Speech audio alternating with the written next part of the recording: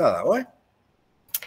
Está bien, licenciado, muchas gracias. O sea que el requisito es que ustedes paguen porque no hemos podido hacer, nosotros podemos trasladarla por Classroom, pero teníamos instrucciones que teníamos que tener la constancia de ustedes de haber pagado pagado la prueba, porque recuérdense que ese es el requisito para poder reportar las notas. Entonces, quienes estén en la misma situación que Luisa, por favor, ya creo que ya se permite pagar las retrasadas. Los que tengan que pagar la primera para saber su nota, me la remiten en el código de la clase donde se sometieron a la primera oportunidad retrasada, y aquellos que van a someterse a la segunda, pues también les hago el mismo consejo, al momento que se inscriban en la segunda retrasada, que es un código distinto, ya salió publicado, también reportarme por esa misma vía su recibo de pago para que yo pueda reportar la nota, si son tan amables.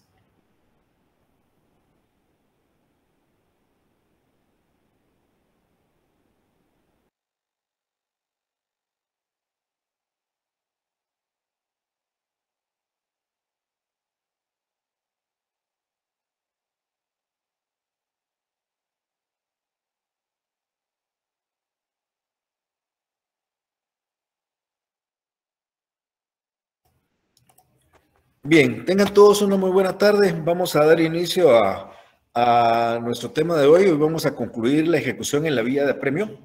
Vamos a iniciar por recordarles a ustedes en qué estamos y, por supuesto, vamos a tratar de concluir y darles la oportunidad a ustedes de preguntas y respuestas. Cuando hablamos de una ejecución, estamos hablando de un procedimiento para hacer cumplir forzosamente una obligación que ya está establecida. Esa obligación tiene que estar establecida en un título que llamamos título de ejecución y que varía dependiendo de la obligación, dependiendo del documento, etcétera, etcétera. En el presente caso estamos viendo el prototipo de los procesos de ejecución que se llama vía de apremio.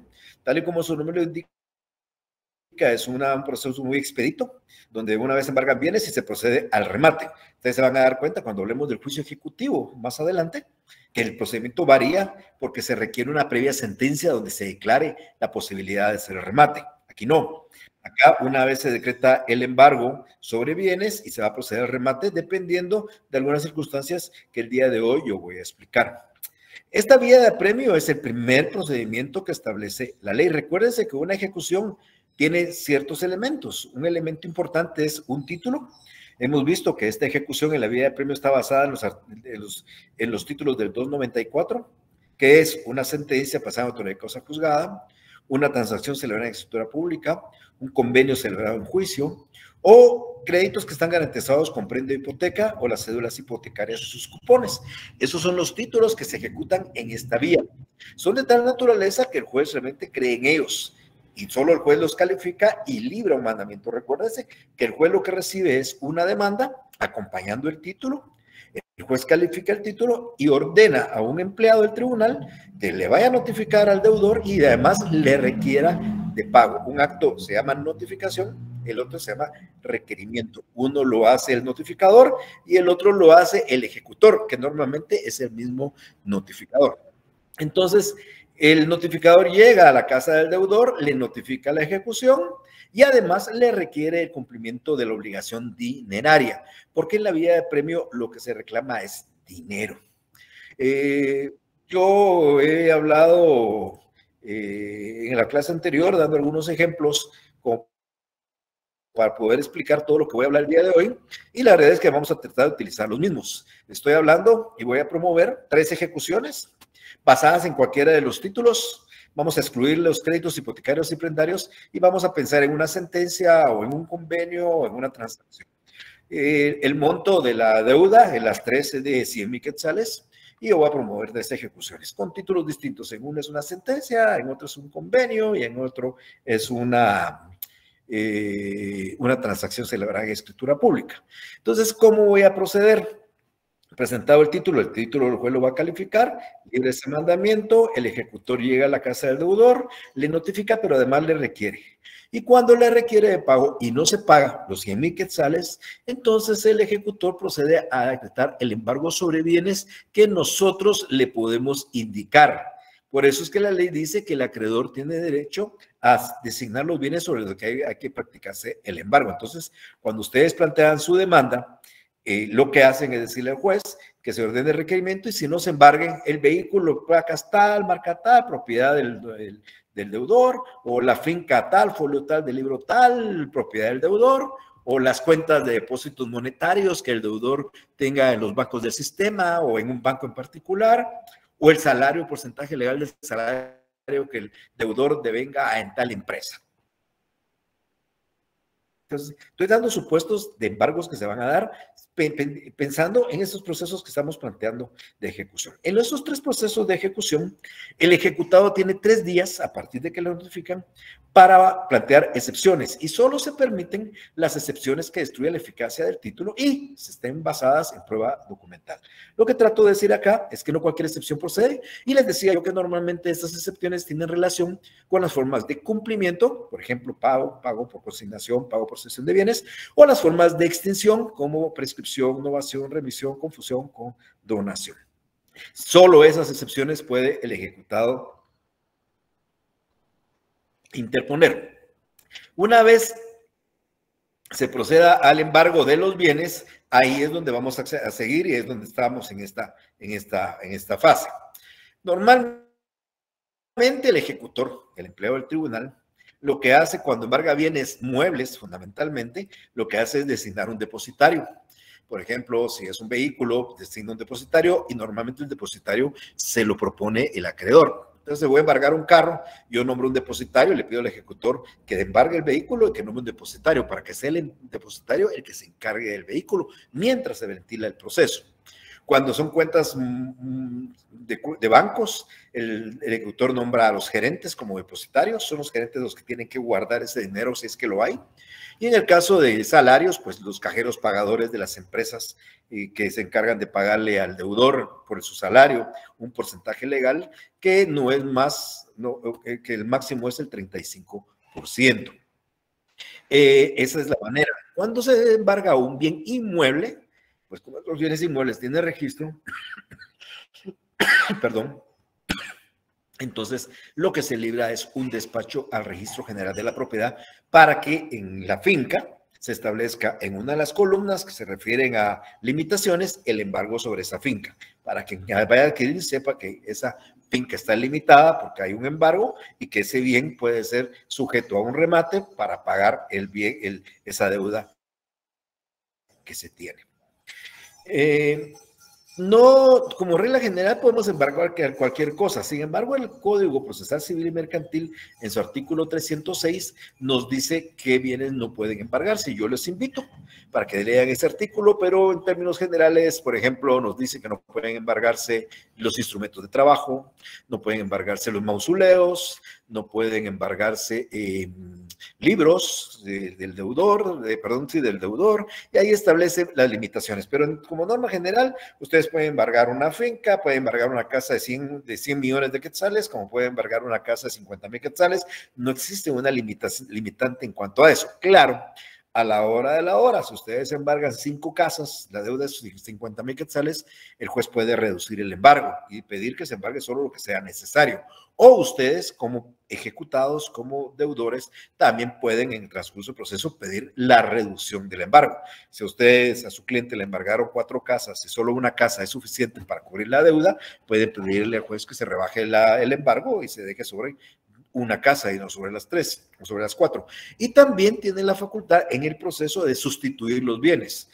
Un bien inmueble, que es donde vive su cliente, y otro bien que tiene alquilado, los dos tienen el mismo precio, usted le puede pedir al juez que sustituya el bien embargado, que era la casa, por el otro bien que tal vez a ustedes les interesa que en cierta forma sirva de garantía y no su inmueble o su residencia. Pero bien, esos son procesos que ustedes van a encontrar dentro del proceso. Pero en general, cualquier bien puede embargarse, muebles, inmuebles, dinero. Eso es lo que constituye el patrimonio ejecutable del deudor. Ahora, como yo estaba poniendo ejemplos, vamos a suponer que en un ejemplo, en una ejecución, pensemos en la ejecución basada en la sentencia, que todas les decía yo que son de 100,000 quetzales para que tengamos una idea, pues logramos y buscamos bienes a embargar del deudor y encontramos que lo único que el deudor tiene es su automóvil. Es un automóvil 2010 de la marca Mazda. Bueno, ustedes realmente a simple vista uno dirá, este carro vale 30,000, 40,000, 50,000 quetzales, pero la realidad es que ni ustedes ni el juez saben el monto. Para que se sepa el monto de un bien mueble, es necesario nombrar un valuador. Entonces, cuando tienen embargado ustedes un vehículo Mazda 2010, hay que nombrar una persona experta para que ese experto le diga al juez, señor juez, ese vehículo, atendiendo a sus características, a su condición, a su estado, etcétera, etcétera, lo más que cuesta son 50,000 quetzales. Entonces, ustedes tienen embargado un bien por 50,000 quetzales. Recuérdense que la deuda que estoy explicando es de 100, pero esto pasa con los bienes muebles. O sea, cuando es un bien mueble, un vehículo, una motocicleta, una bicicleta o un bien X, un comedor, un trinchante, una computadora, no sé. Entonces tiene que nombrarse un valuador para que el valuador le dé el monto de lo cual, o que va a ser la base del remate de ese bien mueble. O puede ser que las partes convengan con el precio. Eso realmente no sucede, pero puede ser que las partes digan, mira, ese carro que embargamos, mira, a ver, si lo vas a rematar, ese carro no vale menos de 50,000 y ustedes le pongan la base, pero eso realmente no sucede. Lo que normalmente pasa es que hay que nombrar un valuador para que el valuador fije el precio, porque las partes difícilmente se van a poner de acuerdo en el precio del bien mueble que se va a rematar. Ahora, si el bien que vamos a embargar, hablo de otra ejecución, pensemos la de la transacción celebrada en escritura pública, lo que hemos embargado es una casa en la zona 10, pues si estamos en la misma situación. ¿Cuánto vale esa casa de la zona 10? Aquí podríamos pensar que debería procederse a nombrar un valuador también, pero no. Lo que dice la ley es que ustedes pueden optar, ustedes van a decidir el precio, pero van a decirlo sobre dos bases. O sea, no es libre albedrío, no van a decir ustedes, esa casa está bonita y rematémosla en tanto, no. El valor que por el cual van a rematar esa casa tiene que estar entre dos supuestos. O el valor de la matrícula fiscal, recuérdense que todos los bienes inmuebles tienen una matrícula fiscal porque es sobre esa base donde pagan el impuesto único sobre inmuebles, o sea, el IUCI. Entonces, ustedes pueden decirle al juez, mire, señor juez, esa finca, esa casa de la zona 10, en el IUCI, en la matrícula fiscal, tiene un valor de 150,000 quetzales. Y quiero que se remate en 150,000 quetzales.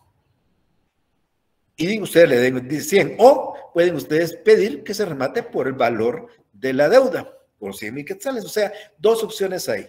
O el valor de la deuda, son 100,000 quetzales, o el valor de matrícula fiscal, que podrían ser 150,000. Ustedes dirán, ¿y por qué 150,000? Puede ser que esa casa de la zona 10 cuesta 4 millones de quetzales. Ustedes la están embargando y ustedes quieren 100,000, pero la casa cuesta 4 millones. Y ustedes ya miran, ¿se piden el valor de la deuda 100 o piden el valor de matrícula 150? O pudiera ser que el valor de matrícula sea menos de 100. Eso no sabemos, pero ustedes solo tienen dos opciones. El valor de la matrícula o el valor de la deuda. No es un valuador. El valuador solo es para bienes muebles. Entonces, estoy poniendo dos supuestos. En uno, se embargó un Mazda y hizo un valuador y el valuador dice que vale 50,000, la deuda es de 100. En el otro, pues el valor de la deuda es de 100 y yo fijo que sean 100. Eso es lo que quiero que se remate por el valor de la deuda. La ley me da esa opción. Entonces, esto es bien importante. Cuando es dinero lo que se embarga, pues lógicamente no vamos a hacer ninguna mención en este momento, porque lo que hemos embargado es dinero. Y el dinero, lógicamente, no lo vamos a rematar, ¿verdad? No vamos a sacar a pública subasta 100,000 quetzales en efectivo para ver quién da más. Eso nadie va a dar más. O sea, cuando es dinero, es una cuestión completamente distinta. No vamos a proceder a evaluarlo ni tasarlo porque no va a haber ningún remate. Es dinero. Lo que se busca, si a mí me deben 100,000 quetzales, lo que se busca es que me entreguen mis 100,000 quetzales. Pero como es un vehículo lo que embargaron, o es un bien inmueble lo que embargaron, yo necesito que ese bien mueble o bien inmueble se convierta en dinero para que me paguen. O como último extremo, me entreguen el carro en pago o el inmueble en pago. Pero lo que yo busco es que a mí me paguen los 100,000 quetzales. Y otra cosa importante que tienen que tener ustedes presentes es que esos 100,000 quetzales no son 100,000 quetzales, porque originalmente son 100,000 que es la deuda, pero esos 100,000 van a crecer porque hay intereses y hay costas procesales de por medio. Entonces, eso va a ascender, pero por el momento solo sabemos que son 100,000 quetzales. Entonces, cuando ya se hizo la tasación del bien mueble o ya se fijó la base del bien inmueble, entonces el juez ordena el remate del bien o la venta en pública subasta, que es el término más técnico. Procede a la venta en pública subasta del bien, mueble o inmueble, y debe de anunciarse por 3 veces en el diario oficial y 3 veces en el diario de mayor circulación. Si ustedes han sido o han visto, encontrarán en algunos diarios el edicto de remate, donde dice: este tribunal señaló a la audiencia el día tal para la venta en pública subasta de la finca número tal o del vehículo número tal, se aceptan posturas que cubran la base de tanto, y etcétera, etcétera. Eso lo han visto ustedes. Se señala un remate. Ese remate, dice la ley, que hay que hacerlo dentro de los 30 días siguientes. Y, por supuesto, esos 30 días en la práctica es mucho más, pero lo que sí hay que hacer es que hay que cumplir con las publicaciones en un mínimo de 15 días y un máximo de 30. Ok. ¿Qué pasa el día del remate? El día del remate nosotros tenemos que dar acompañado al memorial. Pues tenemos que acompañar, lógicamente, un memorial acompañando las publicaciones para que se establezca que efectivamente hemos cumplido con el requisito de publicarlo, de anunciarlo en pública subasta. Cuando el inmueble está en un lugar fuera de la jurisdicción del tribunal, hay que hacer edictos anunciándolo también en los estrados de cada juzgado. O sea, si el inmueble, por ejemplo, se encuentra ubicado en la antigua Guatemala, pues habrá que presentar edictos que debemos de publicar en el juzgado de paz de ese municipio. Y ahí nos hacen una razón indicando que el edicto estuvo publicado ahí por 30 días, como una forma de anunciar también el remate y la venta en pública subasta. ¿Qué pasa el día del remate? El día del remate, lo que todos tenemos en mente, seguramente ustedes lo han visto en las películas cuando hacen las subastas, es que hay un pregonero o un subastador con un mazo, y entonces hay 20, 30 subastadores, y él dice: bueno, ahora sacamos a subasta esta pintura, y esta pintura tiene la base de $3,000, ¿quién da más? Y alguien dice 50, 3,050, ¿quién da 3,100? Y alguien da 3,100, y alguien da, y al final, después de que ya se hace la última postura y la mejor postura, ese pregonero o subastador adjudica el bien en esa mejor postura. Eso es más o menos la idea que pretende el legislador cuando habló del remate, pero en la práctica no es que se haga así con esa publicidad. Sí hay un pregonero que es un empleado en tribunal. Ese pregonero, para empezar, lee el pregón es el edicto de remate, donde se anuncia, y entonces quienes quieren participar llegan al juzgado y depositan el 10% de su postura. Ese 10% de la postura es un poquito difícil, pero normalmente lo que hace uno es pagar el 10% de los 100,000 quetzales. Como son 100,000 quetzales, para que yo tenga derecho a participar en la subasta, tengo que apostar 10,000 quetzales en la tesorería del judicial. Yo voy al juzgado, me dan un recibo, voy a la tesorería, deposito 10,000 quetzales, y con el recibo yo ya tengo la facultad de participar en la subasta. Y así puede ser 2, 3, 4, 5, o pudiera no llegar ningún postor. Entonces, ahí tenemos esa idea. ¿Qué pasa el día del remate? Normalmente el juez o el secretario del tribunal pone las condiciones del remate. Como la ley no dice cuál es el sistema del remate, entonces las condiciones las establece, insisto, el juez o el secretario. En algunos casos, por darles algunos ejemplos, pues lo que piden es que hagan la oferta por escrito en un sobre cerrado. Hay 4 o 5 postores, cada uno entrega un sobre, y la mejor postura a ese se le adjudica. Ese es un mecanismo. Otro mecanismo es que el juez les dice a los postores: miren, la base de remate son 100,000 y solo van a aceptarse posturas que sean de 5,000 quetzales para arriba. Entonces, si usted quiere hacer una postura, tiene que ser de 5,000 para arriba. O sea, de 100,000 usted puede apostar 105,000, otro puede decir 110,000 o más de los 5,000, pero no menos de eso, porque si no ponemos estas condiciones, pudiera suceder que estuviéramos jugando con centavos. Si vamos a dar un centavo y otro centavo y otro centavo. Entonces, el juez trata de poner ciertas condiciones para la subasta. Pero lo importante de todo esto es que al final se le va a adjudicar a la mejor postura.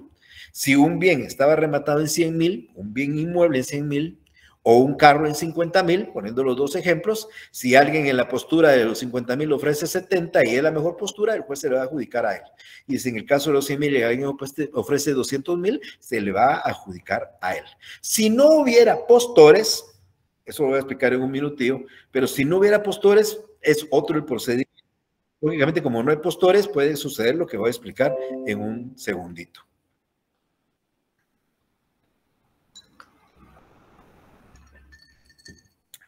Es bien importante hablar del derecho de tanteo. Tal vez ustedes han escuchado ese término, el derecho de tanteo. ¿Qué es el derecho de tanteo? Es el derecho por el igual.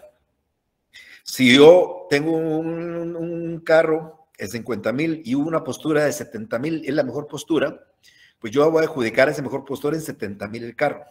O si ese inmueble que estaba en 100,000 y alguien hizo una postura de 200,000, voy a adjudicar en esa mejor postura de 200,000.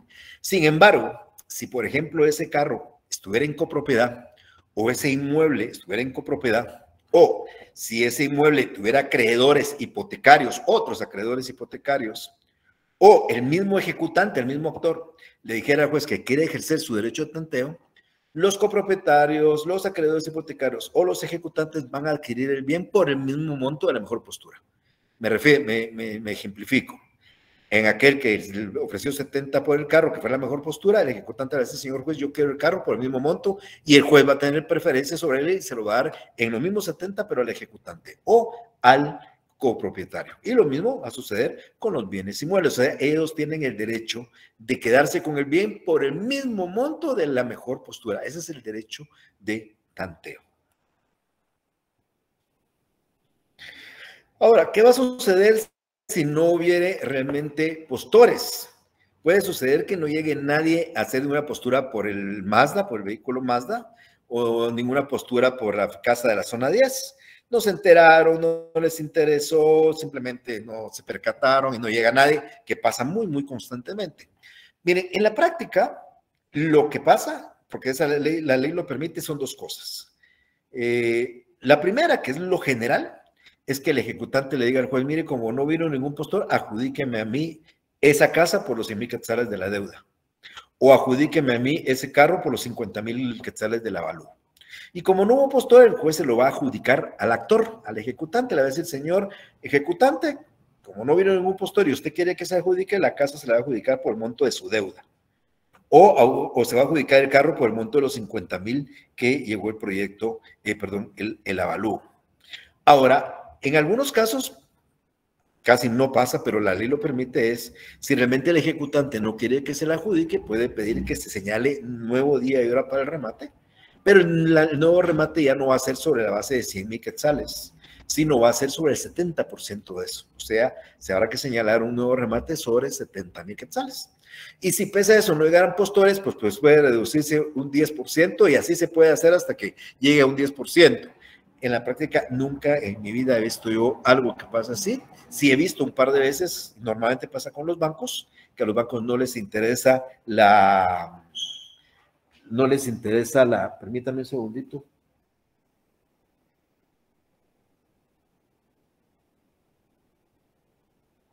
Solo denme un segundo, por favor, un segundo.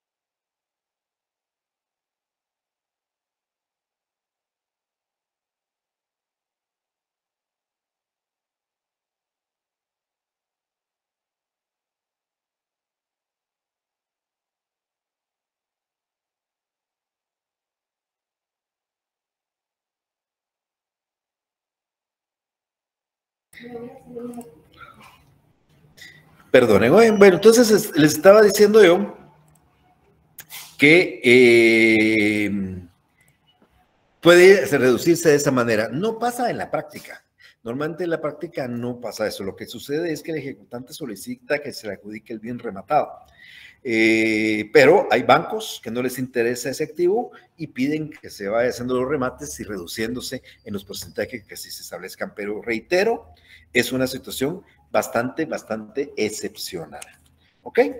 Bueno, aquí lo importante es que el ejecutante pueda satisfacer. Y ya se dieron cuenta que el ejecutante lo que busca es dinero, pero en último extremo, pues se va a tener que quedar con un bien mueble o inmueble en compensación o en sustitución del dinero si es que no hay subastadores y pide que se le adjudique. Así es como se establece en esta filmina. En cualquier caso, el ejecutante tiene derecho a pedir que se le adjudiquen pago los bienes sujeto a remate por la base fijada para debiéndose abonar la diferencia si la hubiere. Debiéndose abonar la diferencia si lo hubiere es normalmente cuando el ejecutante ejerce el derecho de tanteo y la diferencia es mayor que la deuda, o cuando el monto que ustedes han pedido para el remate es el valor de la matrícula y este fuera mayor a la deuda. Me explico. Imagínense que la deuda es de 100,000, pero ustedes pidieron el valor de matrícula, que son 150,000, y se le adjudica a ustedes por ese valor de 150,000. Ustedes tendrían una diferencia en relación a los que completar, que no es en su totalidad, por supuesto. Aquí voy a explicar más adelante. Pero lo importante acá es que el ejecutante siempre va a tener el derecho, una vez hecho el remate y no habiendo postores, de pedir que se le adjudique, y si hay postores, ejercer el derecho de tanteo para que se le adjudique por el tanto de la mejor postura. Ahora, ¿qué va a pasar una vez practicado el remate? Miren, pues, la deuda que he puesto yo de ejemplo en los tres supuestos han sido 100,000 quetzales. Pero esa es la deuda del capital. Ese es el monto que a usted, acreedor, le deben, ya sea porque una sentencia dijo que son 100,000 quetzales lo que tiene que pagar, ya sea porque en un convenio se estableció que usted le iban a pagar 100,000 quetzales, o ya sea porque en una transacción diga que usted le van a pagar 100,000 quetzales. Pero esa es de la deuda original. Pero ya habiendo promovido un proceso de ejecución, ya esa deuda va a acrecentarse. ¿Y se va a acrecentar por qué? Porque lógicamente hay interés, produce frutos legales, que son los intereses, y fundamentalmente van a haber costas procesales, que son los gastos del abogado que está llevando la ejecución. Esto de la liquidación de la deuda, yo se les voy a enseñar los mecanismos para la liquidación de honorarios profesionales. Cuando yo les explique a ustedes cómo usted liquida honorarios profesionales, también les voy a explicar cómo se liquidan las deudas, pero normalmente cuando ya se termina el remate, ustedes presentan un memorial al juez indicándole así con rubros en qué consiste la liquidación de la deuda y sus costas. Y le van a poner, señor juez, se ha practicado el remate, la deuda son 100,000 quetzales, hay que incluir intereses de tal fecha a tal fecha, voy a poner supuestos, solo así redondos para ellos, que son 10,000 quetzales de intereses. La dirección de este juicio, basado en el arancel, son otros 10,000 quetzales, ya vieron que van 120,000 quetzales. La procuración del abogado es la mitad de la dirección conforme al arancel, son otros 5,000 quetzales, ya son 125,000 quetzales. El valor de la demanda son 1,000 quetzales, más el valor de los escritos presentando tal cosa tanto, más el valor de los honorarios por haber ido a la audiencia es tanto, y ustedes al final de aquellos famosos 100,000 quetzales, que era la deuda original, sucede que su liquidación asciende a 135,000 quetzales. Entonces, la deuda no es la deuda no es la misma cuando se reclamó que cuando se presenta ya la liquidación final. Aquí hay una variante de 35,000 quetzales. Esos 135,000 es el monto total de la deuda, de la obligación. Y por consiguiente, ese es el monto de los 135,000 que se le va a adjudicar a usted si pidió que se le adjudicara en pago el monto, el valor de la casa. En el caso del vehículo, no. El caso del vehículo, como es menor, solo fueron 50,000 quetzales, se va a abonar a esos 135,000. Quiere decir que a usted le van a dar el valor que hayan obtenido del remate del vehículo, que fueron 50,000 quetzales, pero todavía van a quedar 85,000 quetzales pendientes y usted va a poder ir a buscar otros bienes del deudor, parte del patrimonio del deudor. ¿Para qué? Pues para completar los 85,000 que cubren los 135,000 de su deuda. Entonces, es bien importante ese remate. Ahora, ¿qué pasa cuando hay dinero? Si lo que ustedes embargaron fue una cuenta en un banco, y suponiendo que esa cuenta es mucho mayor de los 135,000, vamos a poner 200,000 quetzales, ustedes lograron embargarle una cuenta en el banco de 200,000 quetzales, ustedes ya no tienen que pensar en remate ni avalúo, sino una vez embargan la cuenta y saben que hay una cuenta embargada por 200,000 quetzales, van a presentar su proyecto de liquidación como este que estoy mencionando, y una vez firme, cuando ya quede firme el proyecto en 135,000, el juez, le van a pedir al juez que el juez le ordene al banco que de la cuenta embargada a ustedes les entreguen 135,000 y van a quedar por ahí, por supuesto, los 65,000 restantes del deudor. Pero ahí le van a descontar los 135,000 a que ascendió el proyecto de liquidación. Este proyecto de liquidación de costas, su trámite es incidental. Es decir, que cuando ustedes lo presenten, hay que dar la audiencia al deudor ejecutado en un plazo de 2 días para que se manifieste, y sin la respuesta de él, o dependiendo si hubieran cuestiones de hecho, imagínense que él dijera que ya pagó y que tiene recibos, que ya pagó parte de esa deuda, el incidente se tendría que abrir a prueba por 8 días y luego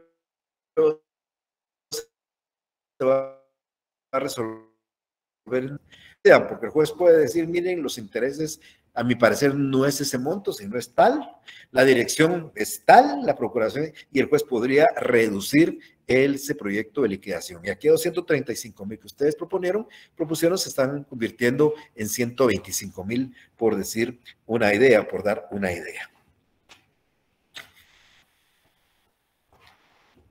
Entonces va a suceder exactamente esto que les acabo de mencionar. Si se hubiera embargado en dinero en efectivo, entonces el juez va a ordenar una de la liquidación que se haga pago al acreedor. Eso en el ejemplo que acabo de poner de una cuenta monetaria.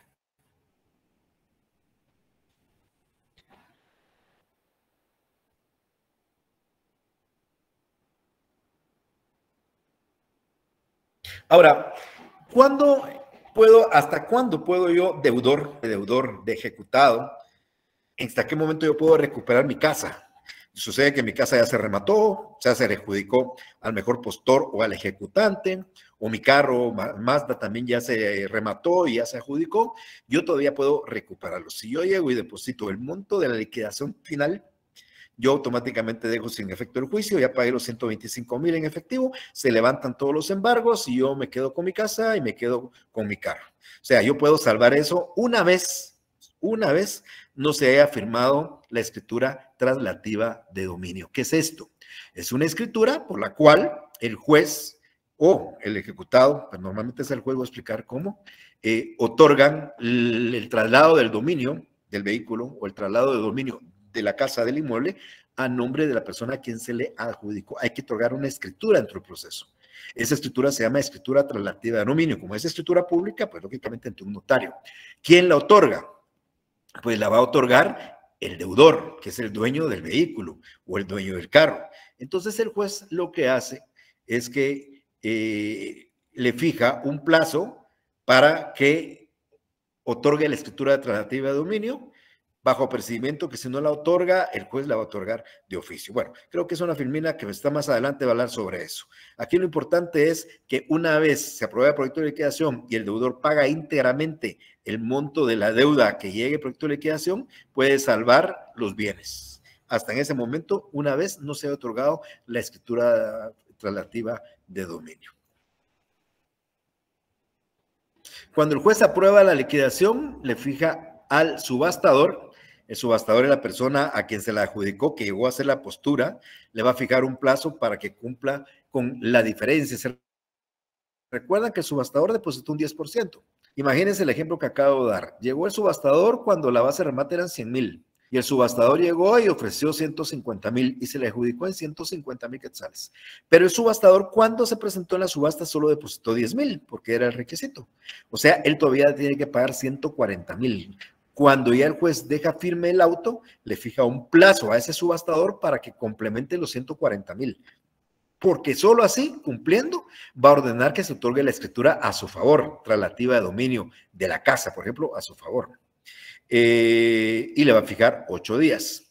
Aquí la pregunta que seguramente está circulando en la mente de ustedes es ¿qué sucede si el subastador no cumple en esos 8 días? Pues si no cumple, él va a perder esos 10,000 quetzales y los va a quedar a favor de la deuda original era de 100,000, el subastador no cumplió, va a perder 10,000, automáticamente la deuda se reduce ahora a 90,000, porque ya hay 10,000 que están depositados por un subastador que no cumplió con su obligación de complementar el monto de su postura. Eso también puede suceder, ¿ok?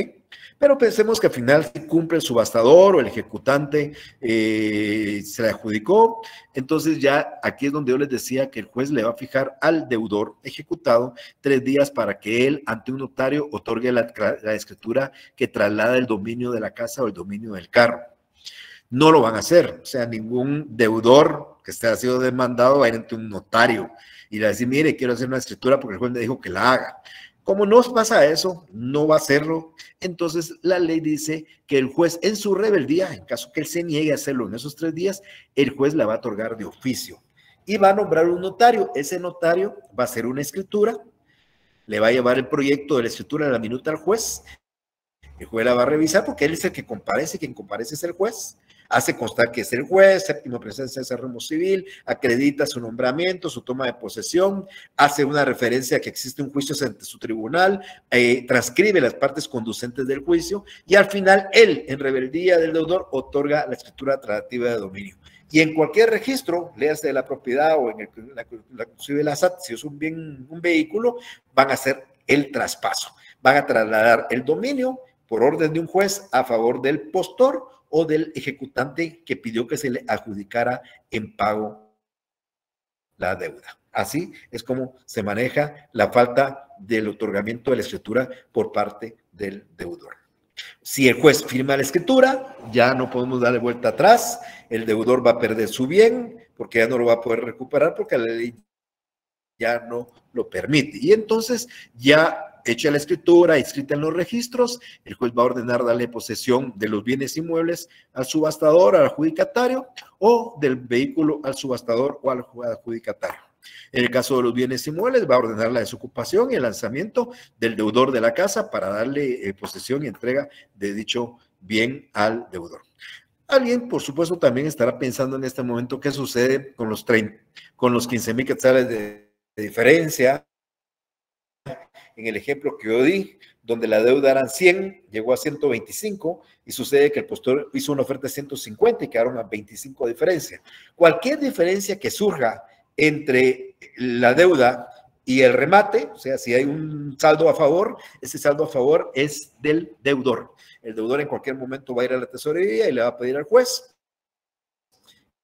que le ordene a la tesorería que le entregue esa diferencia. Se va a quedar sin su casa, o se va a quedar sin su carro, se va a quedar sin su bien, pero podría haber una diferencia todavía para él en la tesorería si efectivamente existiera ese saldo. Ese saldo no va a ser para el acreedor, porque el acreedor ya cobró sus 125,000 quetzales, y ese saldo tampoco es para el juzgado, sino queda a favor del ejecutado o del deudor. En este proceso vamos a encontrar que la apelación solo se va a dar en 2 actos de decisión del juez. En contra del auto que no admita la vía de premio, o sea, recuérdense que una resolución que admite un proceso normalmente es un decreto, pero cuando se rechaza la vía de premio, recuérdense que está calificando un título y ahí de eso depende todo. Si el juez rechaza esa calificación y dice que no es ejecución y no la admite, ese auto, que debe ser razonado, puede ser apelable. Y también es apelable, son apelables en ese juicio. Aquí no hablamos de ninguna sentencia. En ningún momento ha habido una sentencia dentro del proceso, que es un proceso expedito que solo sirve para embargar, rematar bienes y entregarle el dinero de que se obtenga del remate de los bienes. No sé si alguien quiere hacer alguna consulta, tiene alguna duda, alguna inquietud, podemos aprovechar para darle respuesta a esas inquietudes en este momento. Por favor.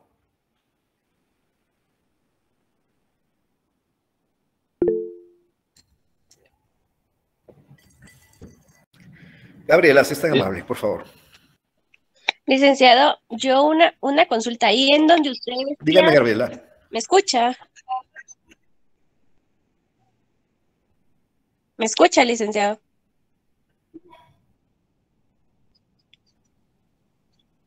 Fíjese, Gabriela, que le estoy oyendo cortado, pero cortado. Repítame. ¿Ahora ya?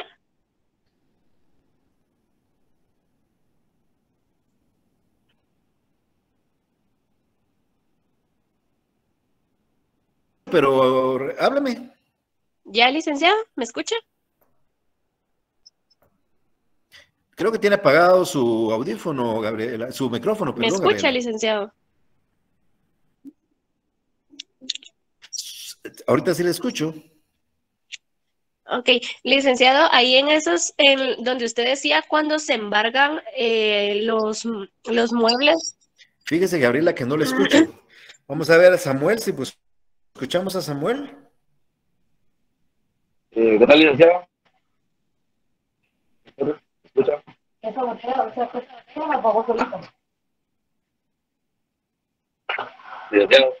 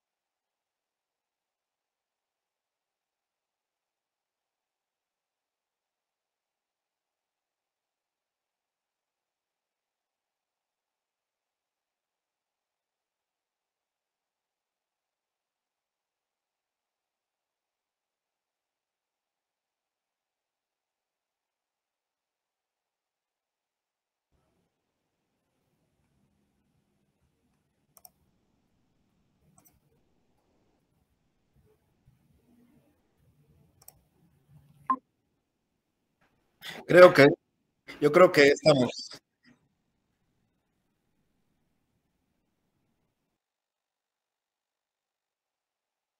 Licenciado, escucha mejor. Pero tiene apagado el micrófono. Gracias. Perdone, Gabriela, creo que hoy sí ya, perdone, oye, dígame. No se preocupe, licenciado. ¿Ahora sí me escucha? Ya la escucho, muy bien. Ok. Licenciada, ahí en donde usted estaba hablando de los bienes, muebles e inmuebles que se pueden embargar, una consulta, supóngase de que yo tengo, así como usted dijo del carro, ¿verdad? Supóngase que me vale 50,000, pero mi deuda es de 20,000, un ejemplo. Esos 30,000, sí, esos 30,000 me los devuelven a mí, Bueno, ¿usted o qué se es queda la misma cantidad. usted es la deudora o la acreedora? Yo soy la deudora. Ah, claro. Cualquier remanente entre el remate y la postura, pero cualquier remanente que quede después del pago de la deuda es del deudor, Gabriela. Si el Ah, acreedor pedía 100, llegó a 125 y ya le pagaron 125 y todavía quedó el remate 100,000 quetzales más, es del deudor. ¿Oye? ok. Muchísimas gracias. A usted, Gabriela, y disculpe el inconveniente. Samuel, por favor. No tengo pena. Licenciado, en el caso que el notario otorga la escritura alternativa de dominio, ¿quién es el que usted lo hace? ¿Quién le paga? Fíjese que solo le escuché que en caso que el notario haga la escritura alternativa de dominio, ¿qué me decía? ¿Sí? ¿Quién sería el que le tiene que pagar a ese notario? Normalmente el notario lo paga el ejecutante o a la persona que se le va a trasladar el dominio. Es decir, si usted fuera el subastador, a usted le van a pasar la casa a su nombre.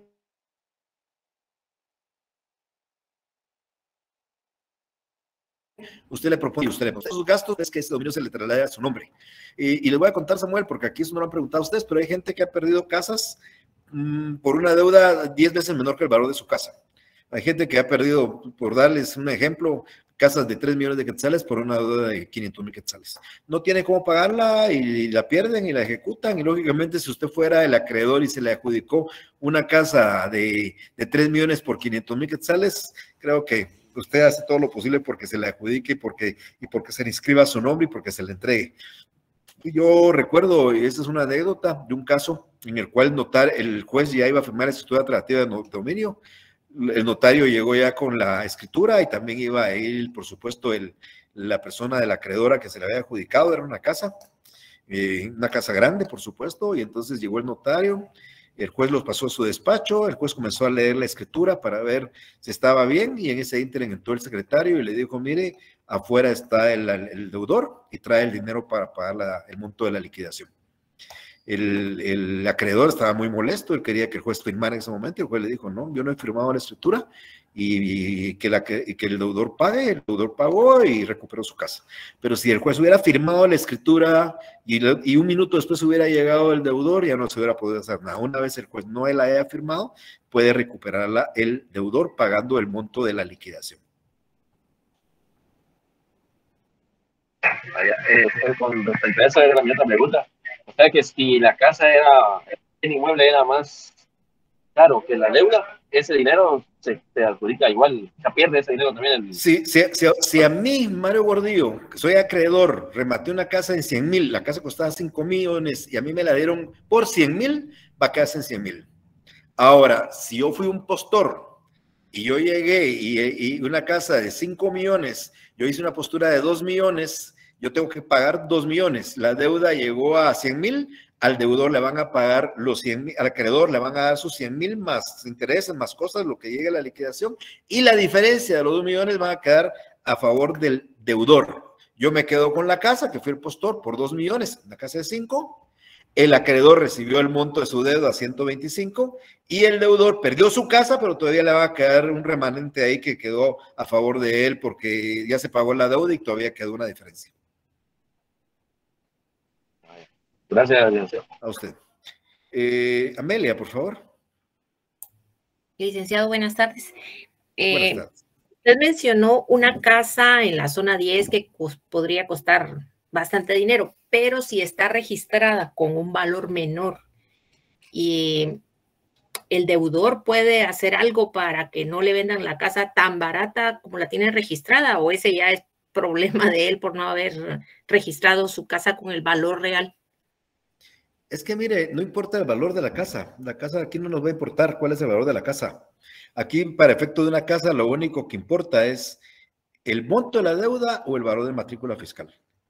Si usted, por ejemplo, Amelia, me debe a mí un dinero, a mí me debe usted 100,000 quetzales, y usted su casa la tiene registrada en matrícula en 500,000 quetzales. Y yo tengo dos alternativas. O pido el valor de la deuda, 100,000, o pido los 500,000. Pero a mí no me interesan los 500,000 porque no va a llegar nadie a apostar. Yo quiero mis 100,000. Entonces yo le pido al juez que se subaste en 100,000 porque es el valor de la deuda. Usted, su valor en matrículas dice que son 500 y en la realidad vale 5 millones. Pero usted, la única obligación, Amelia, es pague sus 100,000 más los intereses más las costas y usted no va a perder la casa.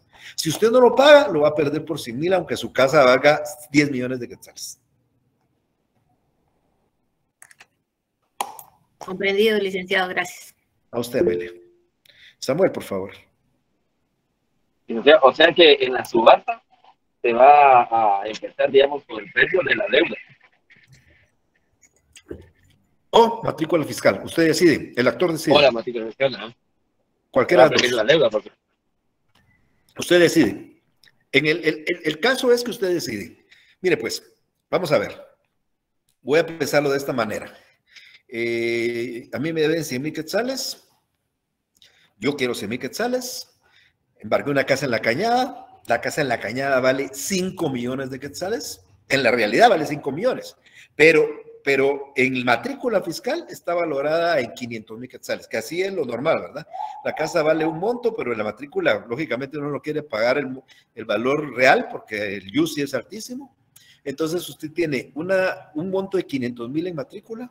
El valor real son 5 millones, eso no me interesa, para efectos de eso no me interesa, y el valor de la deuda son 100. Yo, Mario Gordillo, vengo y digo aquí, bueno, ¿pido el valor de la deuda o pido el valor de matrícula? Si yo pido el valor de la matrícula, ¿qué me interesa el valor de la matrícula? 500. Lo que me interesa es que llegue alguien de 100. No voy a esperar que llegue alguien de 500. Y si me interesa la casa, prefiero que me la den a mí. Y si es por 500, voy a tener que ofrecer 500, todavía va a caer de 400. Entonces yo mejor pido la deuda. Estoy poniendo un ejemplo. Estoy pidiendo mejor la deuda. Ahora sucede que a mí me deben los mismos 100,000 quetzales. El valor de la matrícula del inmueble es 40,000 quetzales. El valor de la deuda son 100. Pero a mí la casa no me interesa ni me gusta mucho, yo mejor pido 40. Que alguien llegue y dé 50 y así puedo embargar otra casa o embargarle otra cosa más. Por ejemplo, entonces pido menos y que lleguen a hacer una subasta, un precio de 50,000 porque es el valor de la matrícula. El error, como decía alguien acá, es no darle el valor real, pero como yo puedo optar entre el valor de la deuda y el valor de matrícula, queda en mi actor decidir si quiero esto o quiero lo otro, lo que más me convenga en ese momento. Entonces los casos pueden variar, pero usted tiene 2 alternativas, no 3. O el valor de la deuda o el valor de la matrícula fiscal.